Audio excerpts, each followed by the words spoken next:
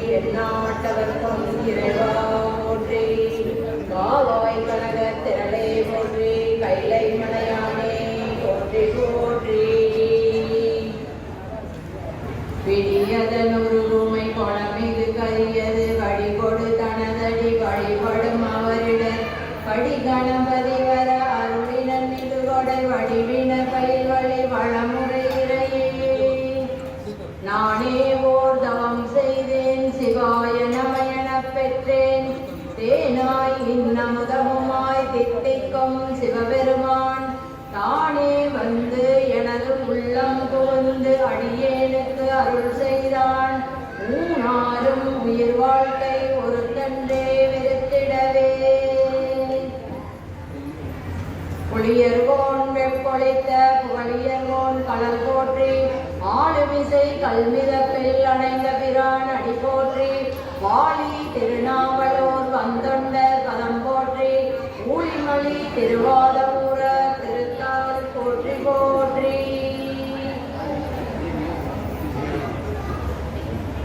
திருச்சிற்றம்பலம். என் தாய் தந்தையை முதல் தெய்வமாக வணங்கி அவையில் கூடியிருக்கும் சான்றோர் பெருமக்கள் அனைவரையும் என்னுடைய சிறந்தார்ந்த வணக்கங்களை தெரிவித்துக் கொண்டு, குரு அருளாலும் திருவருளாலும் அடியேனுக்கு இந்த வாய்ப்பை கொடுத்த திருநாவுக்கரசு அண்ணா அவர்களுக்கும், எனக்கு திருவாசகம் என்னும் தேன் தலைப்பை கொடுத்த தம்பி உமாபதிக்கும் எனது நன்றிகளும் வணக்கங்களும் கூறிக்கொண்டு, எனக்கு இந்த திருமுறைக்குள் வரவைத்த என் கணவர் அவருக்கும் பல கோடி நன்றிகளையும் வணக்கங்களையும் தெரிவித்துக் கொண்டு, அவர் இந்த வழி எனக்கு வா திருமுறையில நல்லா இருக்கும், நீ உள்ள வா பாடுன்னு என்னை சொல்லுவாரு. நான் கண்டுக்கவே இல்லை. இப்போ எனக்கு திருமுறையில ரொம்ப ஈடுபாடு கொடுத்ததுக்கு அவருக்கு ரொம்ப ரொம்ப ரொம்ப நான் நன்றி தெரிவிச்சுக்கிட்டு வணக்கத்தையும் தெரிவிச்சுக்கிட்டு நான் இப்போ பேச ஆரம்பிக்கிறேன். இந்த தலைப்பு எனக்கு கிடைக்க பெற்றது ஒரு வரம். இந்த வரத்தை கொடுத்தது சிவலாகநாதர் அருள். நான் திருவாசகம் ரொம்ப விரும்பி படிப்பேன். எனக்கு திருவாசகத்தை படிக்கிறதுக்கு ரொம்ப ஆசையாகவும் ரொம்ப ஆர்வமாகவும் இருந்தது தாண்டாமலை அடியார்கள் கூட பாடின அந்த வாய்ப்பு தான் எனக்கு இந்த திருவாசகத்துக்கு மேலே ஒரு ஈர்ப்பு கிடைச்சிது. இந்த திருவாசகத்தை நான் எப்பொழுதும், அதாவது ரொம்ப விரும்பி சமையல் செய்யும் போது எனக்கு தெரிஞ்ச பாட்டெல்லாம் அப்படியே பாடிட்டே நான் இருப்பேன். அதனால எனக்கு இந்த திருவாசகம் என்னும் தேன் அப்படின்னு கொடுத்த உடனே எனக்கு, அதாவது என்னுடைய இது இல்லாமையே தம்பி நான் நல்லா பேசுவேன் அப்படின்னு சொல்லி எனக்கு இந்த தலைப்பை கொடுத்துட்டாரு. அதனால தம்பிக்கு ரொம்ப ரொம்ப நன்றி. மாணிக்கவாசகர் வரலாறை பற்றி நான் இங்கே எல்லாத்துக்கும் தெரிஞ்சிருக்கோம். ஆனாலும் நான் எனக்கு தெரிஞ்ச வகையில் அதை நான் உங்களோட பகிர்ந்துக்க ஆசைப்படுறேன். மாணிக்கவாசகர் பாண்டி நாட்டில் வைகை ஆற்றங்கரையில் உள்ள திருவாதவூர் என்னும் திருப்பதியில் அமாத்தியார் என்ற அந்தன குலத்தில் அவதரித்தார். தந்தையார் பெயர் சம்புபாதாச்சாரியார், தாயார் பெயர் சிவஞான வரியார்.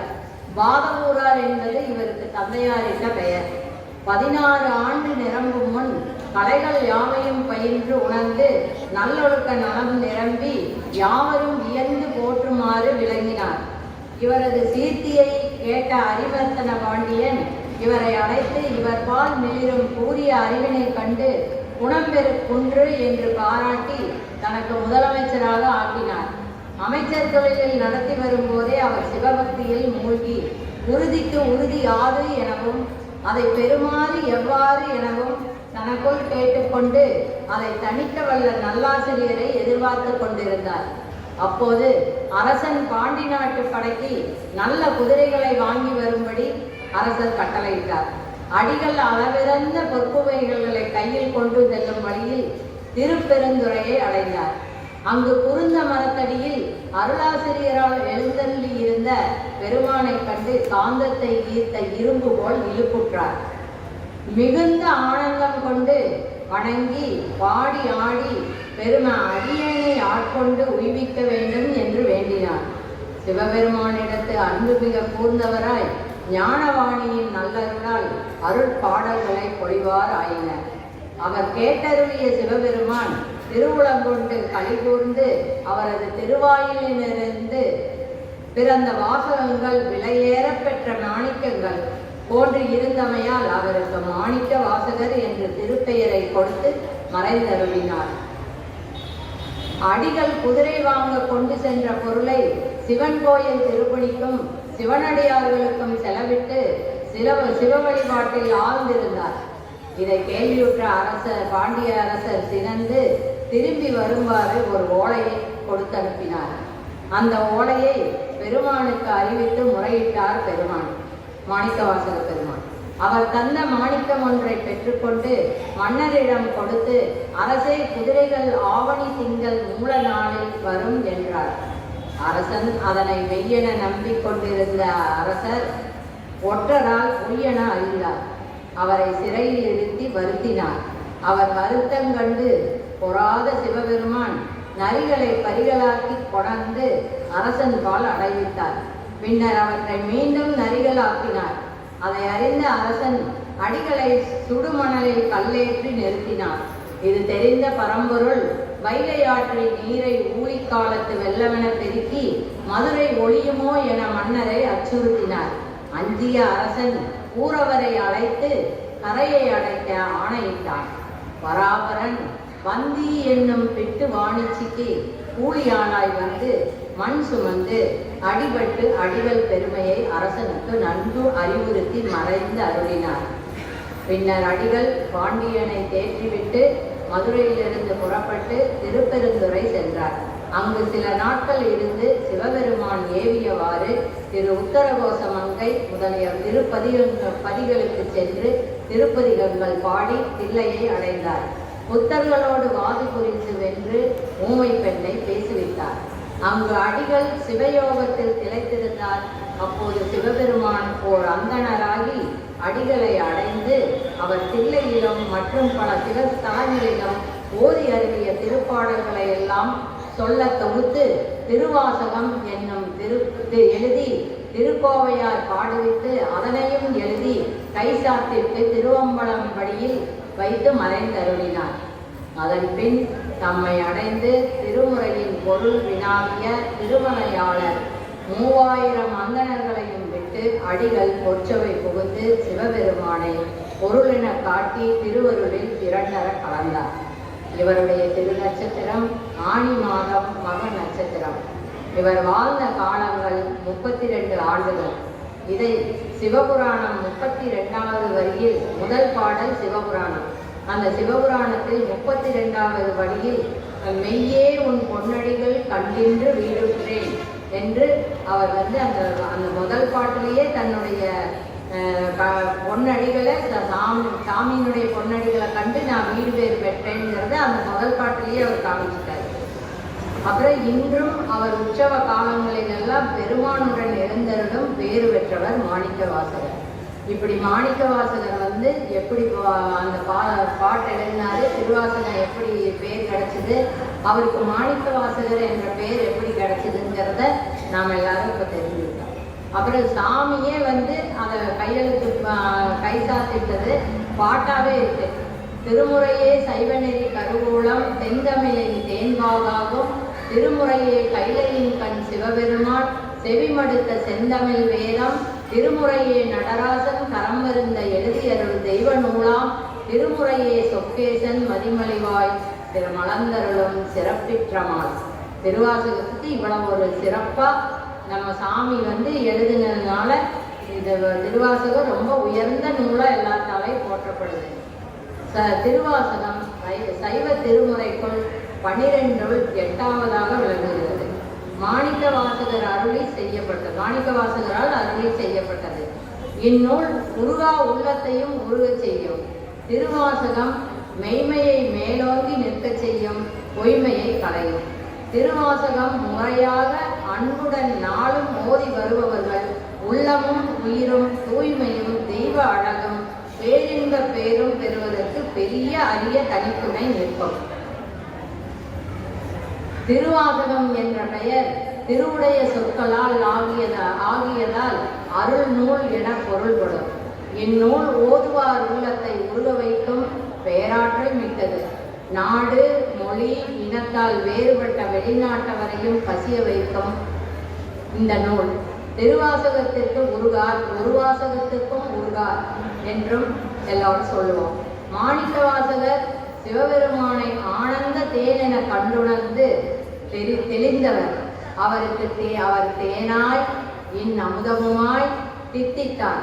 அத்தேனை ஆரப்பருகி உண்ட வகையினைத்தான் திருவாசகத்தை நிரம்ப வழங்கி இருக்கிறார்.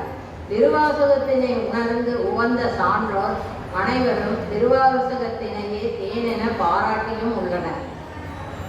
இறையருள் நலம் கிடைக்க துணை புரிவது திருவாசகத்தேன். சிவனார் திருவடி தாமரைகள் மலரில் மாணிக்க வாசக வண்டு இன்னிசை துதிமிழற்றி அதில் படிந்து நுகர்ந்த நிகரில்லா இந்த திருவருள் தேனை அனைவரும் இனிது உண்டு உவந்து உய்தி பெரும்படி ஒருங்கே திரட்டி வைத்த பெரும் தேன் கூடு திருவாசகம் என்னும் தெய்வமறை நூல். சுவைமிக்க தேன் எத்தனை ஆண்டு ஆனாலும் தானும் கெடாது, தனக்குள் சேர்த்து கொண்ட பொருளையும் கெடவிடாது. தேனின் சிறப்பான இயல்பு இதே சிறப்பு திருவாசகத்திற்கு. உலக வாழ்வில் இடைவிடாது அனுபவிக்கும் துயர் அழுத்தத்தால் தடுமாறி நிற்கும் உயிர்கள் கடைசியாக தாம் துன்பம் நீங்கி இன்பம் ஓங்க அடையத்தகும் அரணாக திருவாசகம் திகழ்கிறது. திருவாசகத்தில் சிவபுராணம் தொடங்கி முக்திப்பதிகம் வரையில் உள்ள பாடல்கள் அனைத்தும் படிக்க படிக்க இன்பத்தில் திளைக்கச் செய்யும். படிக்க படிக்க பொருள்களையும் புரிய வைக்கவும் செய்யும். திருவாசகத்துல யாத்திரை பற்றில 5வது பாட்டு. இந்த பாட்டுக்கு நான் விளக்கமே, அந்த பாட்டை பாடினவங்க எப்படியெல்லாம் அதை எடுத்துக்கிட்டாங்கிறது எங்க உறவினர், அதை பத்தி உங்ககிட்ட நான் இப்ப சொல்ல போறேன். விடுமின் வெகுளி வேட்டை நோய் மிகவோர் காலம் இனி இல்லை, உடையான் அடிக்கு பெரும் சாத்தோடு உடன் போவதற்கே ஒரு படுமின் அடைவோம் நாம் போய் சிவபுரத்துள் அணியார் கதவது அடையாமே உடைபட்டுருகி போற்றுவோம் உயங்கண்ணாள் வாழ்வுகளையே. நிலையற்ற இவ்வுலக வாழ்வு விரைவில் முடிவுக்கு வந்து கொண்டிருக்கிறது. அதனால் இதை வளர்க்கும் சினம், ஆசை இவைகளை நீக்குங்கள். சிவபக்தர்களோடு சிவலோகம் போய் சேர தீர்மானம் செய்யுங்கள். பாம்புடன் பரமனை அணுகுபவர்களுக்கு பரமவத வாயில் அடைபடாது. வரவேற்கும் விதத்தில் இது திறந்து வைக்கப்பட்டிருக்கிறது. பரமனது அருகில் நெருங்கி நின்று அவனையே போற்றுவோம். இந்த பாட்டு நான் எதுக்காக உங்ககிட்ட சொல்லியிருக்கிறேன் அப்படின்னா, எங்கள் உறவினர் ஒருவர் 76 வயசு அவங்களுக்கு. அவங்க திருவாசகம் மற்ற சாமி பாட்டு தேவாரம் எல்லாம் பாடி அவங்க வாழ்க்கையில் ரொம்ப ஈடுபாடோடு இருந்தாங்க. 76வது வயசில் அவங்களுக்கு இனி நம்ம வாழ்க்கையில் நம்ம எல்லாமே பெற்றுட்டோம், இனி நம்ம இறைவனுடைய திருவடியில் நாம் போய் சேரணும், யாருக்கும் எந்த சிரமமும் இல்லாமல் நாம் அந்த ஒரு திருவடியை அடையக்கூடிய பாட்டு இந்த யாத்திரை பத்து. அதனால நாம் இந்த பாட்டை பாடணும்னு சொல்லிட்டு அவங்க 10 மாதங்கள், அதாவது ஒரு குழந்தை கருவில் உருவாகி 10 மாதங்கள் வயிற்றில் இருக்கும், அந்த 10வது மாதம் வெளிவரும். அந்த மாதிரி இவங்க அந்த 10 மாதம் இந்த பாட்டை தொடர்ந்து காலையிலேயும் சாயந்தரமும் தொடர்ந்து பாடிட்டு வந்துருக்குறாங்க. 11வது மாதம் அவங்களுக்கு உடல்நிலை மாற்றம் ஏற்பட்டுருச்சு. அப்போ அவங்க மருத்துவமனைக்கு கூட்டிகிட்டு போகிறாங்க. அந்த மருத்துவமனையில் அவங்களுக்கு ட்ரீட்மெண்ட் கொடுத்துட்ருக்காங்க. அதாவது அவங்க மருத்துவர் நல்லா அவங்கள செக் பண்ணி எல்லாம் பண்ணுறாங்க. அப்போ அவங்க தெளிவாக இருக்காங்க. அதாவது என்னுடைய நிலைகள் ரொம்ப என்னை போட்டு இங்கிருந்து என்னை சிரமப்படுத்த வேண்டாம், என்னை வீட்டுக்கு கூட்டிகிட்டு போயிருங்க. நான் உங்கள்கிட்ட எல்லாத்துக்கிட்டையும் ஒன்று கேட்டுக்கிறேன். இந்த யாத்திரை பற்றி நீங்கள் எல்லாரும் உட்காந்து என்கிட்ட பாடுங்க அப்படின்னு அவங்க கேட்குறாங்க. சரின்னு அம்மா சொல்கிற ஆசையை நம்ம நிறைவேற்றணும்னு மக எல்லாரும் டாக்டர்கிட்ட கேட்குறாங்க. மருத்துவர் என்ன சொல்கிறாரு அப்படின்னு கேட்கும்போது, அம்மா ஆசைப்படி நீங்கள் பண்ணுங்க, அம்மாவுக்கு மருத்துவம் ரொம்ப ஏற்றுக்கிறதுக்கு ரொம்ப சிரமங்கள் அப்படிங்கிறது மாதிரி அவங்க டாக்டர் சொல்லிடுறாங்க. இவங்க ஊருக்கு கூட்டிகிட்டு போகிறாங்க. 4 நாள் அவங்க வந்து நல்ல நினைவோட எல்லாத்துக்கிட்டையும் பேசிட்டு இந்த பாட்டை கேட்டுக்கிட்டே இருக்காங்க. 4ஆவது நாள் நைட்டு இரவு 10 மணிக்கு மகனையும் மகளையும் பேரனையும் பேத்தியையும் கூப்பிட்டு என் பக்கத்தில் உட்காந்து செய்கை, அதாவது பேச்செல்லாம் போயிடுது, நினைவு இருக்குது, ஆனால் செய்கையில் என்கிட்ட வந்து உட்காந்து இந்த பாட்டை பாட சொல்லி அவங்க கேட்குறாங்க. அந்த பாட்டை பாடிட்டு இருக்க அவங்களுடைய உடல்ல இருந்து உயிர் வந்து திருவடி சேருது. அப்போ இந்த யாத்திரை பத்துக்கு இவ்வளவு ஒரு மகத்துவம் இருக்குது அப்படிங்கிறத எனக்கு உணர்த்துறதுக்கு இந்த நிகழ்ச்சி எனக்கு ஒரு நல்ல இதாக இருந்தது. அதை நீங்கள் எல்லாரும் தெரிஞ்சுக்கணுங்கிறதுக்காக உங்ககிட்ட நான் வந்து இதை சொன்னேன்.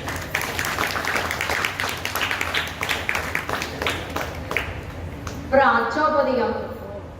மன்னதனில் பிறந்தைத்து மாண்டு விட கடவேனை எண்ணமிலா அன்பருளி எனையாண்டிட்டு என்னையுடன் சுண்ண வெந்நீர் அணிவித்து தூணெறியே சேரும் வண்ணம் அண்ணல் எனக்கு அருளியவார் ஆர்வெருவாரச்சோவே.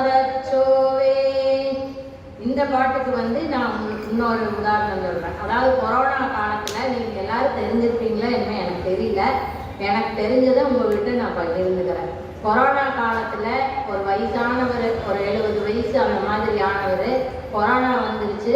அவங்களுக்கு வந்து வீட்டில் இருந்து ஆஸ்பத்திரியில் போய் அட்மிட் பண்ண சொல்லிட்டாங்க. கொஞ்சம் லேசாக மூச்சு திணறல் ஆரம்பிக்குது.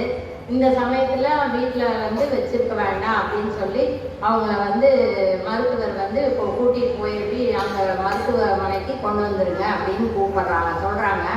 அப்போ வந்து அவங்க வந்து அவங்க வீட்டில் வந்து சொல்கிறாரு, எனக்கு அந்த திருவாசக புஸ்தகத்தையும் திருநீர் பாக்கெட்டும் என் பக்கத்தில் என் பெட்டில் வச்சு என்னை அனுப்புங்க அப்படின்னு சொல்கிறாங்க. அப்போ தான் யாரும் தொடக்கூடாது, யாரும் இது பண்ணக்கூடாது, அவங்கள தனிமைப்படுத்துகிறோம் அப்படியெல்லாம் இருந்த காலத்தில் அவர் கேட்டதுனால அவங்க வீட்டில் வந்து அதை வச்சு மருத்துவமனைக்கு அனுப்பிச்சிடுறாங்க. அங்கே போனோடனே மருத்துவர் கேட்குறாரு, இது என்ன இந்த புஸ்தகம் இங்கே வச்சுருக்கிறீங்கன்னு கேட்கும்போது அவர் அப்போ நல்லா இருக்கிறாரு. அதாவது லேசாக மூச்சு திணறல், ஆனால் பேச முடியுது. அவர் வந்து மருத்துவர்கிட்ட சொல்கிறாரு, வந்து நீங்கள் வந்து என்னைய பாருங்கள், எனக்கு ஏதாவது நடந்துருச்சு அப்படின்னா என்னுடைய உடம்பு மேலே இந்த புஸ்தகத்தையும் இந்த திருநீரையும் வச்சு நீங்கள் என்னைய இதுக்கு அனுப்பிச்சி விட்டுருங்க அப்படின்னு சொல்லி அவர் கேட்டுக்கிறாரு.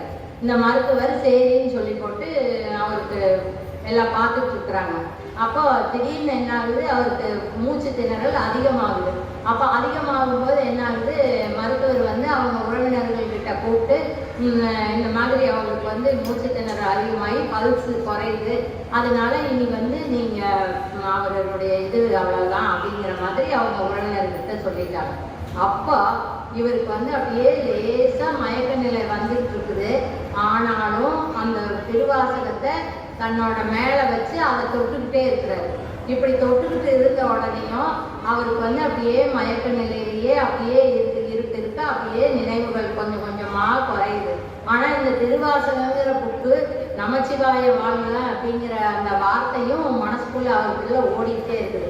இது என்னாச்சுன்னா, நைட் எல்லாரும் போயிட்டாங்க, அவரை படுக்க அவர் அங்கதான் தனிமையில் தானே இருந்தாகணும். அப்போ நர்ஸு எல்லாம் வந்து பார்க்குறாங்க, அவங்க படுத்துருக்குறாங்க.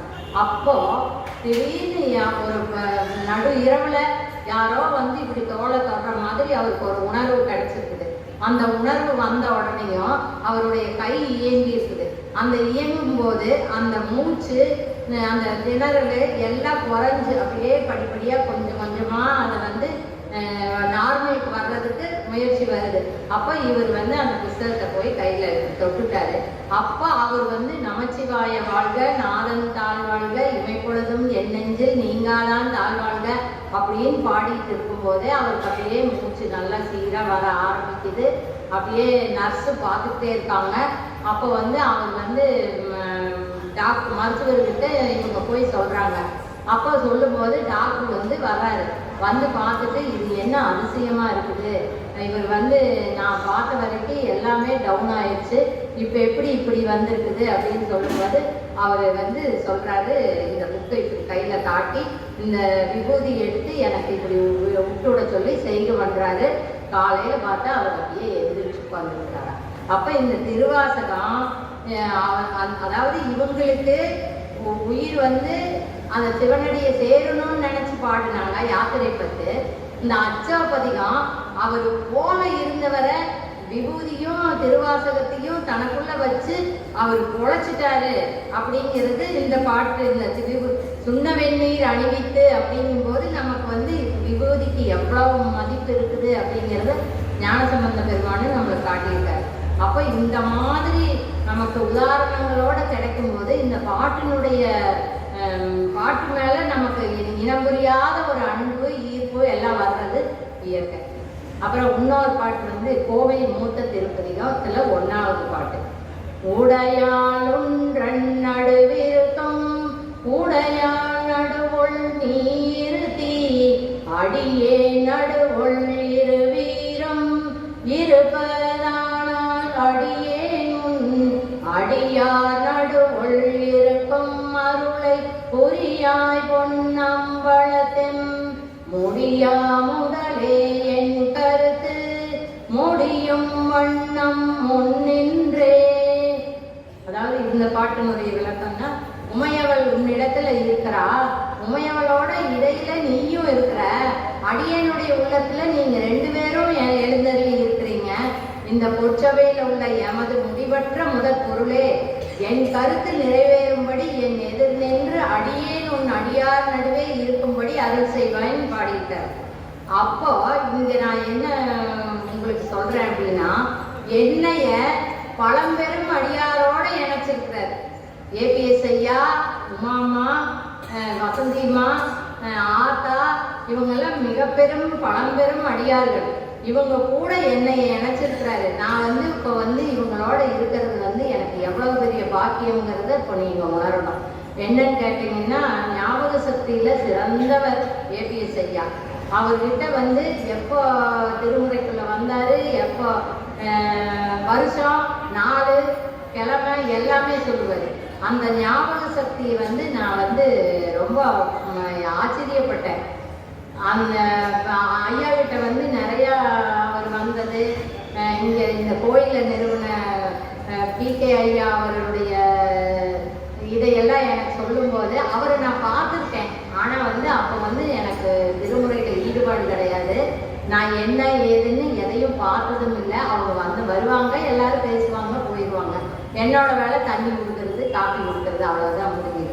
ஆனால் இன்னைக்கு அவங்க கோயில் கட்டும்போது நடந்தது, கோயில் கட்டுனதுக்கு அப்புறம் நடந்தது, இதையெல்லாம் அவங்ககிட்ட இருந்து நான் வந்து நிறைய தெரிஞ்சுக்கிட்டு இருக்கிறேன்.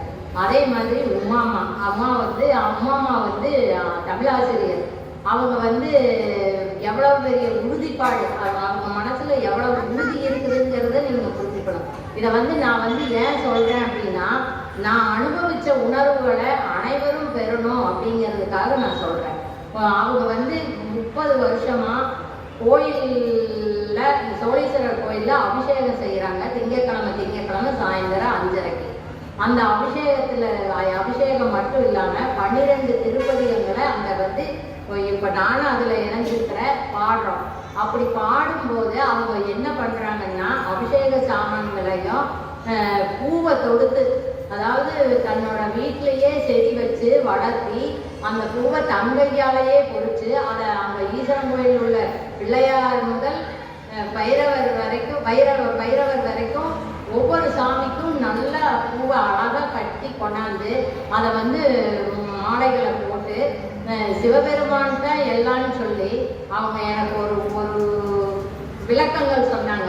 சுந்தரமூர்த்தி நாயனார் பாட்டுல 7வது பதிகம், முதல் பதிகத்துல 7வது பாட்டுல, மழுவாள் பழனேந்தி மறையோதி மங்கை பங்கா தொழுவாள் அவர் துயராயின தீர்தல் உணர்ந்தொழிதே. அதாவது நம்மளுடைய துயர தீர்க்க பெருமான் இருக்கிறாரு அப்படிங்கிற அந்த கருத்து. கண்ணப்பரை வந்து அப்ப விண்ணுக்கு சென்றாரு அப்படிங்கிற இந்த சின்ன சின்ன வரிகளுக்கு விளக்கம் கொடுப்பாங்க. அப்ப எனக்கு அவங்களுடைய உறுதிப்பாடு எனக்கு ரொம்ப பிடிச்சது. சிவன் தான் எல்லாம், சிவனால நான் வந்து இந்த அளவுக்கு இருக்கிறேன், சிவனுடைய திருவடியை நான் அனுதினமும் நினைச்சு படுக்கிறேன், இப்படி எல்லாம் சொல்லும்போது எனக்குள்ள அந்த உறுதிப்பாடு வந்து அவங்க கிட்ட இருக்கிற அந்த உறுதிப்பாடு வந்து எனக்கு ரொம்ப பிடிச்சது. அப்புறம் வசந்திமா அவங்க எப்படின்னு கேட்டிங்கன்னா, இதுக்கு ஒரு உதாரணத்தோடு நான் சொல்கிறேன். போன தடவை மழை வந்ததில் மெட்ராஸில் மழை வந்து வெள்ளம் வந்தது. அப்போது அவங்களுடைய தம்பி வந்து மெட்ராஸில் குடியிருக்கிறாங்க. அப்போ அவங்க வந்து நாங்கள் எல்லாரும் வழிபாடு பண்ணிட்டு இருக்கிறோம். அவங்கக்கிட்ட வந்து தம்பி ஃபோன் பண்ணுறாப்புல, எல்லா பக்கம் மழை பெஞ்சு தண்ணி போயிட்டு இருக்குது. இப்போ நம்ம வீட்டில் அது வந்து பதட்டத்தோடு சொல்கிறாரு தம்பி. அதாவது நம்ம வீட்டில் இப்போ 2வது படிக்கு தண்ணி வந்துருச்சுமா, முதல் படியிலேருந்து இப்போ 2வது படியில் வந்துருச்சுமா அப்படின்னு பதட்டத்தோடு சொல்கிறாரு. ஆனால் இங்கே எங்கள் அம்மா, நாங்கள் எல்லாரும் கூடி வழிபாட்டில் உட்காந்துருக்குறோம், எங்கள் அம்மா பதட்டப்படவே இல்லை. அவங்க என்ன சொல்கிறாங்கன்னா, தம்பி இப்படி ஃபோன் பண்ணியிருக்கிறாப்புல, அதனால் நம்ம எல்லாரும் இப்போ வந்து விண்ணப்பம் வைக்கலான்னு இந்த அம்மா சொல்லலை, உமாம்மா சொல்கிறாங்க. நாம் எல்லாரும் விண்ணப்பம் வைக்கல, தம்பி இப்போ ஃபோன் பண்ணிட்டாப்புல. அம்மா வந்து பதட்டப்படாமல் தம்பிக்கு ஃபோன் பண்ணி சுந்தரமூர்த்தி நாயனார் பாட்டு திருப்பூன்கோர் பதிகத்தில் பெய்யும் மாமலை முற்றும் அப்படிங்கிற அந்த பதிகத்தில் பெரிய மழை வர்றதுக்கும் பாட்டு இருக்குது, மழை நிற்கிறதுக்கும் பாட்டு இருக்குது. அந்த பதிகத்தை அம்மா வந்து தம்பிக்கு சொல்கிறாங்க. சொல்லிட்டு நாங்கள் எல்லாரும் அவங்க இதுக்காக வழிபாட நிறுத்தலை, வேறு எதுவும் பண்ணலை, உட்காந்து தியானம் பண்ணாங்க. அப்போ நாங்கள் எல்லாரும் தம்பிக்கு எந்த தொந்தரவும் இல்லாமல் இருக்கணும்னு நாங்களும் அந்த தியானத்தில் கலந்துக்கிட்டோம். அப்போ வந்து என்னாச்சுன்னா, வழிபாடு முடிச்சு கோயிலை விட்டு வெளியில் போகல. அப்போ படியில் நான் எப்பவும் அம்மா கூட சேர்ந்து நான் போவேன். அப்போ போகும்போது ஃபோன் வருது, அம்மா பதிகம் பாடிட்டேன், நீங்கள் சொன்ன பதிகத்தை நான் பாடி முடிச்சுட்டேங்கம்மா, தண்ணி ஒரு படியில் 2 படியில் இருந்த தண்ணி ஒரு படிக்கு வந்து அந்த ஒரு படியிலேருந்து கீழே போயிடுச்சுமா, மழையும் தூறலாட்ட நின்று போச்சுமா, பெரிய மழையாக இருந்தது நின்று போச்சுமா அப்படிங்க. அப்போ இந்த பதிகத்தினுடைய மதிப்பு அந்த இடத்துல கோயிலில் வந்து நமக்கு தெரிய வைக்கிறார் பெருமாள். அப்போ இந்த மாதிரி அவங்களுடைய மூத்த அடியார்களுடைய பக்குவமுமே, அவங்களுடைய உறுதிப்பாடுமே, அவங்களுடைய ஞாபக திறனும் பல அடியாரோட சேர்ந்து இருக்கணும்னு பாட்டில் மாணிக்கவாசகர் சொன்னதுக்கு இந்த அனுபவங்களாக எனக்கு கிடைச்சிருக்குது. இதில் ஹைஸ்கூல் ஆத்தா வந்து அவங்களுக்கு 84 வயசு. அவங்க வந்து 21 முறை 12 திருமுறையும் முற்றுமோதுதல் பண்ணியிருக்கிறாங்க. இன்னைக்கு அவங்களுக்கு 84 வயசு. வீட்டில் போய் அவங்கள நாங்கள் எல்லாரும் போய் பார்க்குறோம். அவங்க வந்து சிவபெருமானை வச்சு பூஜை பண்ணுறாங்க, அபிஷேகம் பண்ணுறாங்க, பாட்டு பாடுறாங்க, எங்களை எல்லாம் பாட சொல்கிறாங்க. அப்போ அந்த ஹைஸ்கூல் ஆத்தா வந்து எனக்கு நான் கல்யாணம் ஆகி இந்த ஊருக்கு வந்து 41 வருஷம் முடிஞ்சுது. அப்போ வந்து எனக்கு அந்த ஆத்தாவை தெரியும். ஆனால் இவ்வளவு தூரம் அவங்க சிவன் மேலே பக்தியாக இருப்பாங்கங்கிறது இந்த 5 வருஷமாக தான் நான் தெரிஞ்சுக்கிறேன். என்னென்னா, எங்கள் வீட்டுக்கு வருவாங்க, இவங்க எல்லாரும் பெரியவங்க எல்லாரும் பேசுவாங்க, இது பண்ணுவாங்க. ஆனாலும் அப்போவெல்லாம் எனக்கு தெரியல. நான் இந்த திருமுறைக்குள்ளே வந்து 5 வருஷம் 5வது வருஷம் இப்போ நடக்குது. அப்போ அவங்கக்கிட்ட இருந்து நான் கற்றுக்கிட்டது என்னன்னு உங்கள்கிட்ட சொல்கிறதுக்கு ஆசைப்படுறேன். அவங்கள போல வயசான காலத்தில் சிவன் தான் நம்மக்கிட்ட எல்லாமா இருக்கிறாரு அப்படிங்கிற அந்த உறுதியை எண்ணி முகம் அப்படியே தெளிவாக இருக்குது, மலர்ந்த முகமாக இருக்குது. பார்க்குறதே நம்மளுக்கு வயசானவங்களாட்டவே அவங்கள தெரியல. உடல் தான் தளர்ந்து போச்சு, உள்ளம் தளரல அப்படிங்கிறத நான் தெரிஞ்சுக்கிட்டேன். அப்புறம் இது வந்து இன்னொன்று என்னோட அனுபவத்தை உங்கள்கிட்ட சொல்லலான்னு ஆசைப்பட்றேன். வந்து நான் ஒரு வீட்டுக்கு போயிருந்தேன். அவங்க வீட்டில் வந்து பக்கத்து வீட்டில் எங்கள் உறவினர் தான். நான் சொல்கிறது எல்லாமே எங்கள் உறவினர்கிட்ட நான் நடந்துக்கிட்ட விதங்கள் தான் உங்கள்கிட்ட நான் பகிர்ந்துக்கிட்டேன். அங்கே வந்து ஒரு பக்கத்து வீட்டிலேருந்து ஒரு அம்மா வந்தாங்க. வந்துட்டு, ஏன் ஊர்மி எப்போ பார்த்தாலும் திருவாசகம் தேவார கோயில்னு போயிட்டுருக்குறீங்களே, இப்படி போனால் இப்படி பாடுனா என்ன கிடைக்குது, எதுக்காக இவ்வளவு நேரத்தை அதில் நீங்கள் செலவிட்டுருக்கிறீங்க அப்படின்னு அவங்க கேட்டாங்க. எனக்கு இந்த அருமையான கேள்வியே எனக்கு பட்டுது. அப்பா அப்படின்னு சொல்லிட்டு எனக்கு ஒரு வாய்ப்பு இறைவன் கொடுத்துருக்குறார் அப்படின்னு சொல்லிட்டு நான் அவங்ககிட்ட என்ன சொன்னேன்னா, ஏன்க்கா நீங்கள் இப்போ டிவி ரொம்ப நேரம் பார்க்குறீங்கல்ல, நாடகம் பார்க்குறீங்க, ஏதாவது நிகழ்ச்சி வந்தால் அதை பார்க்குறீங்க, அதில் எல்லாம் உங்களுக்கு என்னக்கா கிடைக்குது அப்படின்னு கேட்டேன். அவங்களுக்கு அதில் ஒரு ஆர்வமாக உட்காந்து பார்க்குறோம், என்னமோ கதை நல்லா இருக்குதுன்னு போகிறோம் அப்படின்னாங்க. இதனால உங்களுக்கு வந்து மனசுலையோ உடல்லையோ ஏதாவது மாற்றம் நிகழுதா அப்படின்னு கேட்டேன். இல்லை அண்ணன், ஒரு மாதிரி ஒரு அவங்க மேலே வெறுப்பு மாதிரி தான் வருது ஒழிய வேற ஒன்றும் அதில் எனக்கு தெரியல அப்படின்னு சொன்னாங்க. ஏன்டா இப்போ நான் நீங்கள் கேட்ட கேள்விக்கு நான் வர்றேன். இப்போ நான் திருவாசகம் பாடுறேன், தேவாரம் பாடுறேன், கோயிலுக்கு போகிறேன். என்ன பண்ணிட்டு இருக்கிறேன்னா, திருவாசகத்தில் மாணிக்க வாசகர் எவ்வளவு கருத்துக்களை சொல்லியிருக்கிறாருங்கிறத நான் வந்து சில கருத்துக்களை அவங்ககிட்ட நான் சொன்னேன். அப்போ தேவாரத்தில் 12 திருமுறைகளை நம்ம பெரியவங்களும் சொல்லியிருக்கிறாங்க. அவங்க வந்து இப்போ தேவாரம் திருவாசகம் எல்லாமே நம்ம உடல் நலத்துக்காகவும் உள்ள நலத்துக்காகவும் இதை கொண்டு வந்திருக்காங்க. இதில் நான் பெற்ற இன்பத்தை உங்ககிட்ட நான் சொல்கிறேனுங்கக்கா, நீங்கள் கேட்குறீங்களா? கொஞ்சம் லேட் ஆகும், பரவாயில்லையா அப்படின்னு. உடனே அவங்க சொல்லாமே, நானும் திருவாசக தேவாரத்தை படிக்கலாமான்னு உங்ககிட்ட இருந்து தெரிஞ்சுக்கிறேன் அப்படின்னாங்க. அப்போ அவங்ககிட்ட நான் சொன்னேன், இதில் வந்து இறைவனை உணரும் தன்மை நம்மளுக்கு கிடைக்கும். இறைவன் யாரு, அவர் என்ன பண்றாரு, நமக்கு என்ன பண்றாரு, நாம எதுவா மாறணும் அப்படிங்கிற இந்த உணர்ற தன்மையெல்லாம் அதுல கிடைக்கும். அப்புறம் நாம வந்து சிந்தித்து செயல்படுற தன்மை அதுல இருக்குது.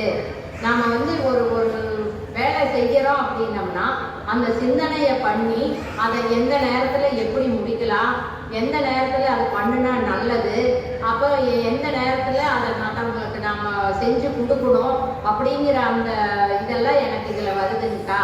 அப்புறம் பிரச்சனை வந்துச்சுன்னா அதை எப்படி தீர்க்கணும், இதெல்லாம் வந்து இப்போ திருமுறையோ தேவாரமோ வந்து டைரெக்டாக நம்மளுக்கு வந்து சொல்லி கொடுக்காது. நாம் அதை உணர்ந்து படித்து உணர்ந்து புரிஞ்சு நம்ம வாழ்க்கையில நாம வர்றத நம்ம அதாவது இந்த இடத்துல வந்து அவருக்கு சொன்னது வர நினைவுக்கு வருது.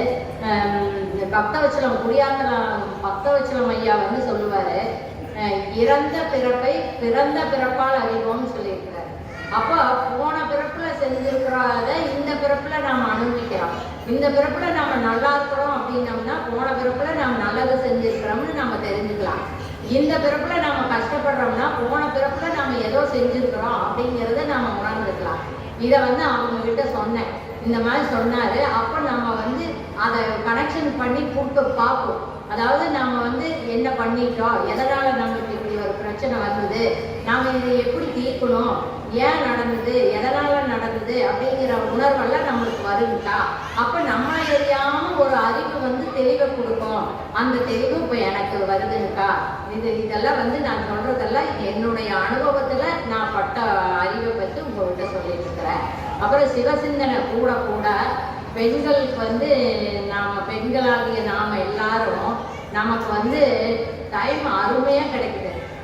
உணவு சமைக்கும் போது எந்த வேலை செய்யும் போதுமே நாம வந்து அருமையா பாட்டு பாடலாம். இதுல வந்து எனக்கு அம்மா வசந்திமா சொல்லி கொடுத்த ஒரு நிகழ்ச்சி, ஒரு ஐடியா வந்து எனக்கு ரொம்ப பிடிச்சது. பாட்டை எழுதி சமையல் தட்டுல மேல ஒட்டி வச்சுக்கிறது. அப்ப சமையல் பண்ணும்போது ஒரு வார்த்தை பாடுறது, அதை திரும்பி 4 தடவை பாடுறது. அப்போ இங்க பாட்டு நமக்கு உள்ள போகுது, நம்ம சமையல்ல அந்த உணர்வு உள்ள போகுது. அப்போ இது என்ன ஆகுது, சமையல் டேஸ்ட், நம்ம பாட்டையும் பழகிக்கிட்டோம், இறைவனையும் நினைக்கிற வாய்ப்பு. இது ஒரு கல்லுல 3 மாங்காய் அடிக்கிற மாதிரி எனக்கு பட்டுது. நான் அதை செஞ்சுட்டு இருக்கிறேன். அப்ப நம்ம உணவு ருசியா இருக்கு, அந்த உணவை சாப்பிட்றவங்களுக்கும் நல்லா அதாவது டேஸ்ட் பிடிக்கும். அப்ப அவங்க வந்து நல்லா இருக்குது அப்படின்னு சொல்லும்போது அந்த வாழ்த்து நமக்கு ஒரு வளர்ச்சியா அமையும் அப்படிங்கிறது நான் புரிஞ்சுக்கிட்டேன். இதை வந்து யாருக்கிட்ட நான் கத்துக்கிட்டேன் அப்படின்னா, போன வருஷம் இதே மேடையில அம்பலத்தரசு ஐயா வந்து சொன்னாரு, சமையல் பண்ற பெண்கள் எல்லாரும் தேவார திருவாசகத்தை பாடிக்கிட்டே சமையல் பண்ணி பரிமாறும் போது அந்த உணர்வோட பரிமாறுனீங்கன்னா வந்திருக்கிறவங்க விரும்பி சாப்பிடுவாங்க. அந்த விரும்பி சாப்பிட்டு அவங்க பசியாறும் போது அந்த அந்த உணர்வு உங்களுக்கு கிடைக்கும். அப்போ நீங்க வந்து எல்லாரும் உங்களை வந்து நல்லா அதாவது என்ன சொல்றது, நீங்க நல்லா சமைச்சிருக்கிறீங்க, நீங்க பரிமாறுற விதம் நல்லா இருக்குது அப்படின்னு சொல்லி அவங்க விரும்பி சாப்பிடுவாங்க அப்படின்னு போன வருஷம் அம்பலத்தையா இந்த மேடையில சொன்னாரு. அதை நான் என்னோட வாழ்க்கையில கடைபிடிச்சிட்டு இருக்கிறேன். அப்புறம் நாம சொல்ற இந்த செயல்கள் வந்து எல்லாம் என்ன பண்ணுன்னா, பிறர் வந்து நம்மை பார்க்கிற பார்வையே உயர்ந்த பார்வையா இருக்கும். அப்போ அவங்களுடைய பாராட்டை நாம பெறோம். இந்த பாராட்டை பெறும்போது நமக்குள்ள ஒரு உற்சாகம் வரும். அந்த உற்சாகம் வரும்போது இன்னும் நல்லா சமைக்கணுங்கிற எண்ணம் வரும். அப்போ அந்த எண்ணம் வரும்போது நாம் இந்த உணவை உணர்வோடு சமைப்போம். இதை சாப்பிட்றவங்க நல்லா இருக்கணும், இந்த சாப்பிட்றவங்க எல்லாரும் அவங்க குடும்பத்தில் மகிழ்ச்சி அடையணும் அப்படிங்கிற எண்ணத்தோடு நம்மளை சமைக்க வைக்கும். இப்படி நீங்கள் செய்ய செய்ய நம்மையே நமக்கு பிடிக்கும். அதாவது நான் இப்போ அந்த மாதிரி தான் இருக்கேன். என்னோட செயல் ஒவ்வொன்றையும் நான் ரசித்து என்னை நான் போட்டு பெருமானை ரொம்ப வேண்டிட்டு இருக்கேன். ஏன்னா இந்த மாதிரி ஒரு பிறவியை எனக்கு கொடுத்ததுக்கு ரொம்ப நன்றி.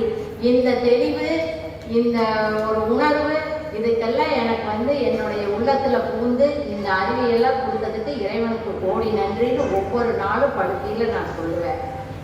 அப்புறம் இன்னொருத்தர் என்னன்னா, சோர்வு வரும்போது அதை மாற்றி சுறுசுறுப்பாக செயல்பட வைக்கும்.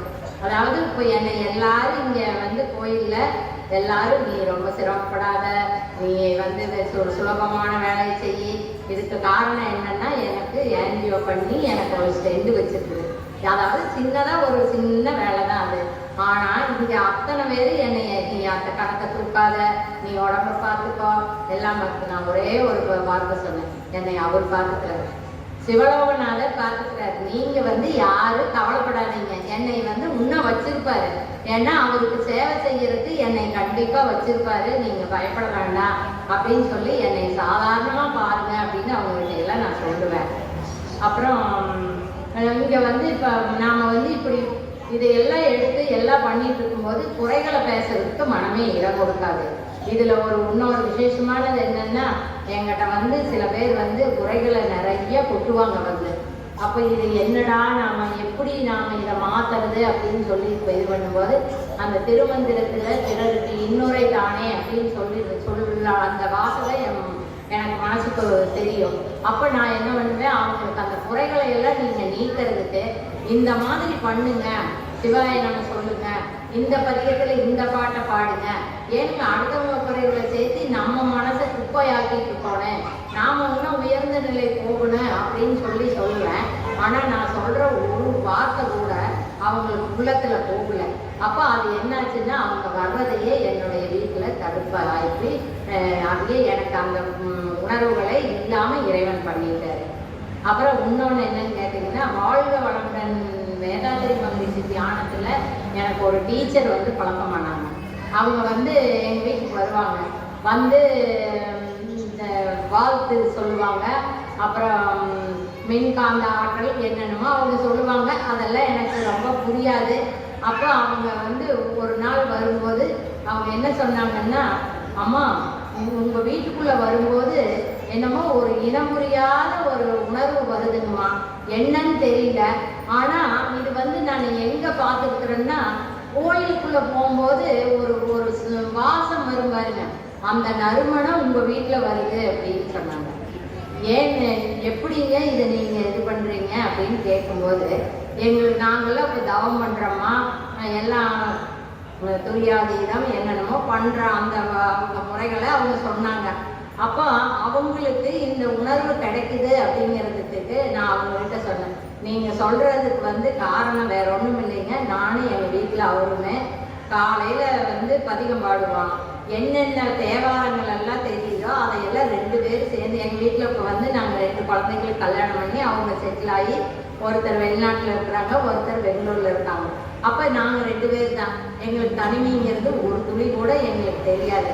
நாங்கள் 2 பேரும் அந்த பதியங்களை பாடிக்கிட்டு நான் சமைப்பேன், அவர் பூஜை பண்ணுவார். சமையல் இப்படி, பூஜை ரொம்ப இப்படி. அப்போ நான் அந்த பதியங்களை கூடவே சேர்ந்து பாடுவோம். நான் பாடுறது அவங்க பாடுறது, இப்படி 2 பேரும் சேர்ந்து பாடிக்கிட்டே இருப்போம். அதே மாதிரி சாயந்தரம் 6:30 உட்காந்து 2 பேரும் பாடுவோம். குறைஞ்சது தினம் ஒரு 10 பதியங்களாவது பாடுவோம். என்னால் பாட முடியல, எனக்கு லீவு கொடுத்துருங்க இன்னைக்கு அப்படின்னா, வா சிவபுராணமாவது பாடிட்டு போயிடலாம் அப்படிங்காங்க. அப்போ அவருக்கு முடியல இன்னைக்கு பாட வேண்டாம் அப்படின்னா நான் இந்த வார்த்தையை சொல்லுவேன். அப்போ 2 பேரும் சேர்ந்து பாடுறது அப்படிங்கிறது அவங்களுக்கு அந்த உணர்வு பட்டு அவங்க அந்த வார்த்தை சொல்லியிருக்காங்கங்கிறது என் மனசுக்கு ஒரு திருப்தியாக கிடைச்சிது. இதெல்லாம் நாம் திருமுறைக்குள்ளே வந்ததுக்கப்புறம், நான் பதியங்கள் பாடினதுக்கப்புறம் எனக்கு கிடைச்சிது.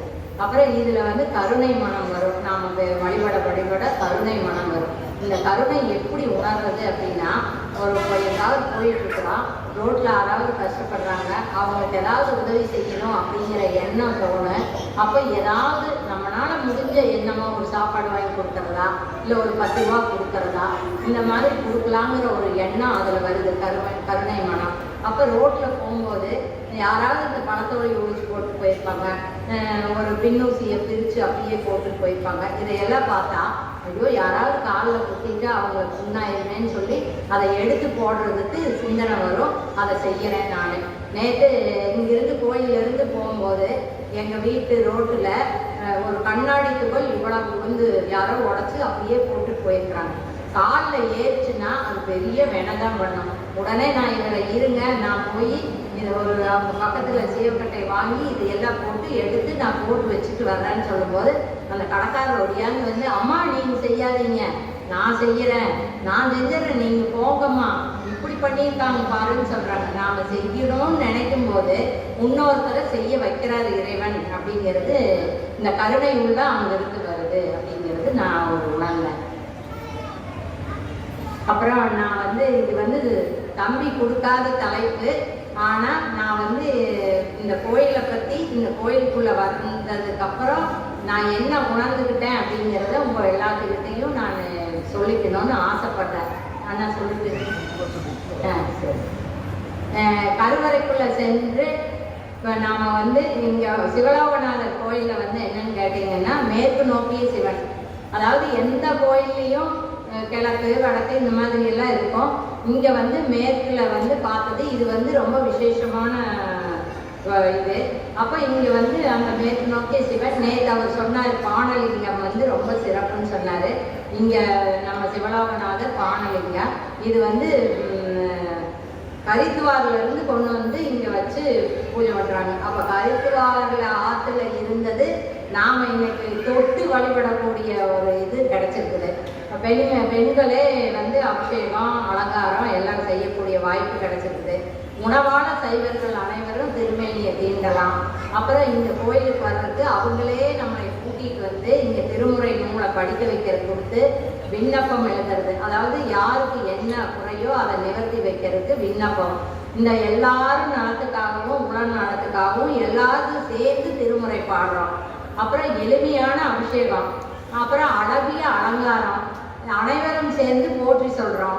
அமைதியான வழிபாடு, அதாவது எல்லா கோயிலையும் பார்த்தீங்கன்னா நான் முந்தி நீ முந்தின்னு கோயிலை பார்ப்போம். இங்கே அமைதியாக உட்காந்து நம்ம அந்த வழிபாடு செய்கிறோம். அப்புறம் சாமி தரிசனம் வந்து நம்ம எல்லாரும் ஒரே சேர பார்க்குற மாதிரி இந்த கோயிலினுடைய அமைப்பு. அப்புறம் எல்லாரும் பஞ்சபுராணம் பாடுறோம். அன்னம் பாடிப்பு சிறப்பாக செய்கிறாங்க. அப்புறம் நாமளும் அதுக்கு வந்து வரிசையாக செஞ்சு வரிசையாக அங்கே போய் அன்னம் பாடிப்பை வாங்கிட்டு இருக்கிறோம்.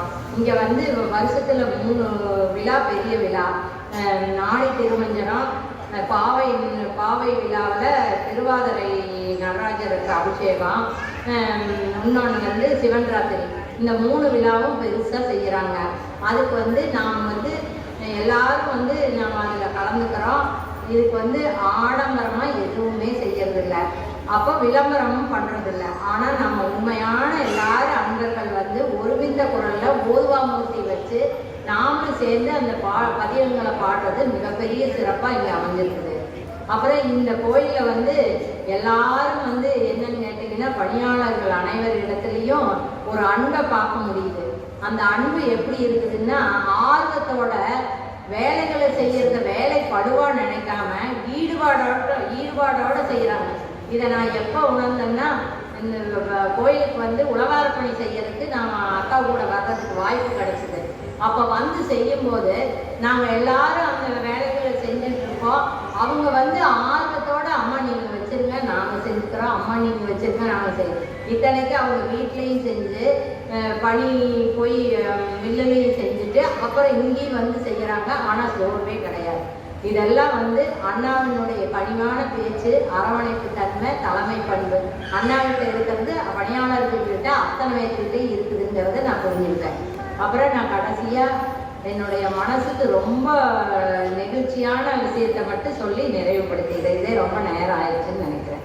வாரணி வயசு 4, இந்த குடும்பத்தினுடைய வாரிசு. அவன் வந்து பஞ்சபுராணத்தை 4 வயசுல தேவாரம், திருவாசகம், திருவிசைப்பா, பல்லாண்டு 4 பாட்டையும் அழகா பாடுறான். பெரிய புராணம் 5 பாட்டையும் அழகா பாடுறான். அவள் பாடுறதுல நான் அவகிட்ட இருந்து ஒரு பாட்டு கற்றுக்கிட்டேன். கண்ணப்பன் ஒப்பதோர் அன்பின்மை கண்டபின் என்னப்பன் என்னொப்பில் என்னையும் ஆட்கொண்டருளி வண்ணப் பணித்தென்னை வாவென்ற வான்கருணை சுண்ண பொன்னீற்றானுக்கே சென்றுவதாய் கோத்தும்பி. அது இங்கே பாடின வாரணிகிட்ட நான் இங்கேயே மனப்பாடம் பண்ணி வீட்டுக்கு போய் பாடினேன்.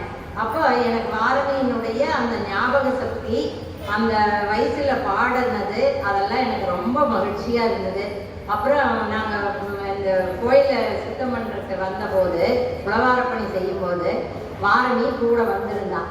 அப்போ அவங்க யாருமே பக்கத்தில் இல்லை, நான் மட்டும் பீரோல எல்லாம் எடுத்து அடுக்கிட்டு இருக்கிறேன். நேராக உள்ள வரான். ஒரு சுத்தம் பண்ணிட்டு இருக்கிறாங்க அம்மா.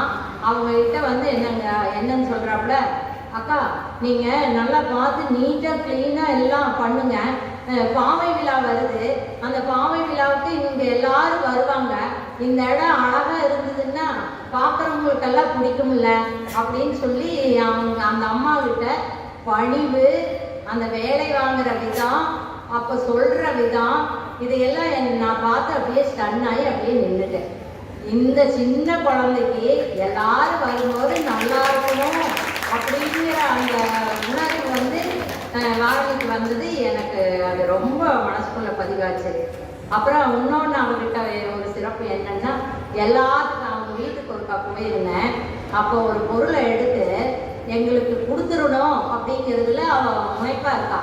அப்போ அவங்க எல்லாம் தானே போய் ஒரு கவர் எடுத்து அந்த பொருளை போட்டு இந்தாங்க அப்படின்னு, இந்தாங்க அம்மாயி நீங்கள் கொண்டு போங்க அப்படின்னு கொடுக்குறான். அப்போ நான் இது உங்கள் அம்மா பாட்டி எல்லாம் சொன்னதுக்கு அப்புறம் தானே நான் எடுத்துட்டு போகணும் அப்படின்னு சொல்கிறேன். உடனே பாட்டி அவங்க அம்மாட்ட போய், நாம் கடையில் வாங்கிக்கலாம், அவங்களுக்கு கொடுத்துடலாம், நம்ம வச்சுக்க வேண்டாம், நம்ம வந்தவங்களுக்கு கொடுக்கணும், அதனால நாம் கடையில் வாங்கிக்கலாம் அப்படின்னு சொன்னான்.